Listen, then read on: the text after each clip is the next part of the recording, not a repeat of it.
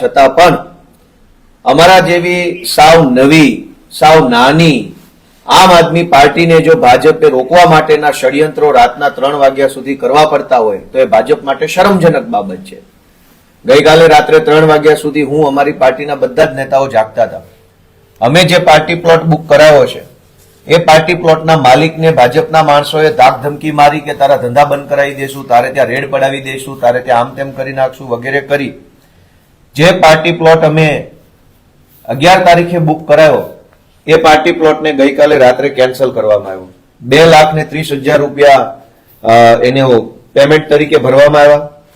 આમ આદમી પાર્ટીની જનસભા છે એની જાણ કરી, કેટલા સાઉન્ડ, કેટલી ખુરશીઓ, કેટલા ટેબલ, શું વ્યવસ્થા, બધી જ ચર્ચા થયેલી હતી।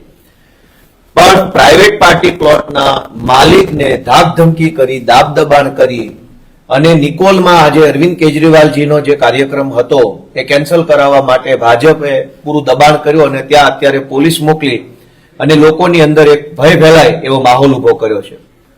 આ બિલકુલ યોગ્ય વસ્તુ નથી। આમ આદમી પાર્ટી એક રાષ્ટ્રીય પાર્ટી છે। ગુજરાતના 42 લાખ લોકોએ આમ આદમી પાર્ટીને મત આપેલ છે અને એટલે ગુજરાતની જનતાએ ઓથોરાઇઝડ કરેલી વિપક્ષી પાર્ટી છે।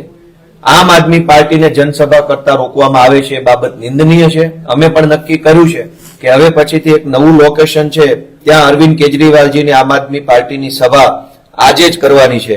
આજે લોદરિયાલ મોડાસર રોડ ઉપર ગુજરાત ગેસ સ્ટેશનની બાજુમાં લોદરિયાલ જે આવ્યું છે ત્યાં સાણંદ બાવળા પાસે ત્યાં બપોર પછી નિર્ધારિત સમયે 2:30 વાગ્યાથી લઈ અને જે અમારો નિર્ધારિત સમય છે એ સમયે અરવિંદ કેજરીવાલજીની જાહેર સભા થવાની છે।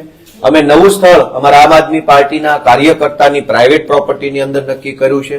એ અમારા આમ આદમી પાર્ટીના કાર્યકર્તાએ પોતાની જગ્યા આપી છે। પ્રાઇવેટ ઇવેન્ટ તરીકે અરવિંદ કેજરીવાલજીની સભા આજે થઈને રહેવાની છે।